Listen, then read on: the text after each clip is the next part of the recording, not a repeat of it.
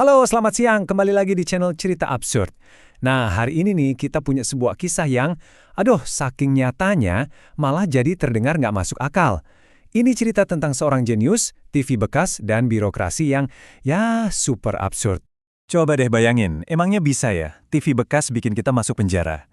Kedengarannya konyol kan? Tapi, ini bukan film, ini beneran kejadian. Ini cerita nyata loh, gimana sebuah ide kreatif, tumpukan barang rongsokan, dan cuma selembar stiker sertifikasi bisa berujung di pengadilan, penjara, dan yang paling parah, dibakar. Yuk kita bongkar bareng-bareng ceritanya. Oke, kita mulai dari awal banget ya. Coba bayangin tumpukan barang rongsokan. Nah, disitulah kita ketemu sama pahlawan dalam cerita ini. Seseorang yang melihat harta karun di tempat yang kita mungkin cuma lihat sebagai sampah. Kenalin, ini dia Pak Kusrin, asalnya dari Karanganyar. Kalau ngomongin ijazah, beliau ini cuma lulusan SD. Tapi, eits, jangan salah sangka dulu. Di tangan beliau, kabel-kabel bekas, sirkuit yang udah rusak, itu semua bisa hidup lagi. Skill elektroniknya itu, mungkin insinyur beneran aja bisa kalah. Buat kita, ya mungkin ini cuma barang rongsokan, sampah elektronik. Tapi buat Pak Kusrin, ini tuh tambang emas. Setiap komponen bekas itu punya potensi. Setiap papan sirkuit yang rusak itu jadi tantangan baru. Gampangnya, beliau itu bisa ngelihat kehidupan di benda-benda yang udah dianggap mati.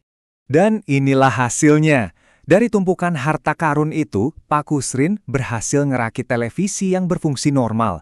Ini bukan cuma produk loh, ini tuh solusi. TV-nya murah, jadi orang-orang bisa beli. Dan yang lebih keren lagi, usahanya ini ngebuka lapangan kerja buat tetangga-tetangganya. Bener-bener inovasi dari rakyat buat rakyat. Tapi, ya gitu, namanya juga cerita. Selalu ada aja cobaannya. Usaha yang brilian ini, tiba-tiba, jeder, nabrak tembok. Tembok birokrasi yang tebal banget. Dan jujur aja, gak masuk akal sama sekali. Nah, tembok ini punya nama SNI, Standar Nasional Indonesia. Sebenarnya tujuannya bagus ya kan, biar semua produk itu aman dan berkualitas. Tapi, dalam cerita Pak Kusrin ini, SNI itu kayak berubah jadi monster birokrasi. Susah banget ditembus sama inovasi sekelas garasi rumahan kayak punya Pak Kusrin. Cuma gara-gara TV rakitannya nggak punya stiker sakti SNI itu, bengkelnya langsung digerebek. Bayangin deh, ratusan TV, hasil kerja keras siang malam, langsung diangkut gitu aja. Mimpi yang dibangun dari barang rongsokan, malah terancam jadi rongsokan lagi. Kalian pikir ceritanya udah cukup sedih? Tunggu dulu, bagian selanjutnya ini bener-bener titik terendah dari kisah Pak Kusrin. Bikin elus dada deh. Oke, jadi setelah digerebek, Pak Kusrin harus ngadepin proses hukum yang ribet dan berat. Puncaknya, beliau divonis penjara plus denda jutaan rupiah. Tapi, hukuman yang paling nyakitin itu bukan penjaranya loh, justru apa yang terjadi sama TV-TV hasil karyanya itu. Iya, kalian nggak salah dengar. Ratusan TV itu bukannya dilelang atau disumbangin, tapi dibakar, benar-benar dimusnahkan sama kejaksaan. Ini kan simbol yang nyelekit banget ya. Inovasi anak bangsa sendiri malah jadi abu, cuma gara-gara masalah selembar stiker. Nah, pas semua harapan kayaknya udah ikut kebakar jadi abu, muncullah sebuah plot twist. Ternyata kekuatan suara publik bisa membalikan keadaan yang tragis ini. Cerita sedihnya Pak Kusrin ini jadi viral di mana-mana. Dukungan publik gede banget, sampai akhirnya kedengeran sama Presiden Joko Widodo. Dan beliau langsung turun tangan, ngelakuin sesuatu yang nggak disangka-sangka. Pak Kusrin, si perakit TV lulusan SD ini, diundang langsung ke Istana Presiden. Di istana, ceritanya langsung muter balik 180 derajat. Presiden ngasih dukungan penuh.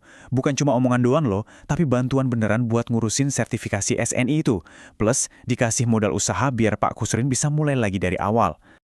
Oke, jadi apa nih pelajaran yang bisa kita ambil dari dongeng modern yang absurd tapi nyata ini?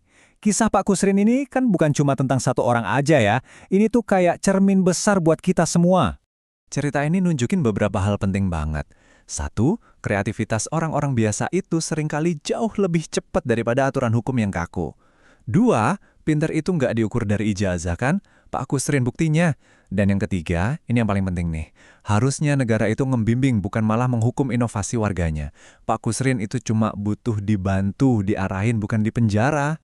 Pada akhirnya, TV rakitan Pak Kusrin itu jadi kayak cermin raksasa yang nunjukin gimana sih wajah birokrasi kita. Pertanyaannya sekarang buat kita renungin.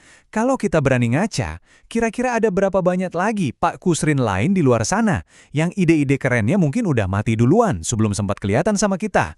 Coba deh pikirin lagi, apa lagi yang kita lihat di cermin itu?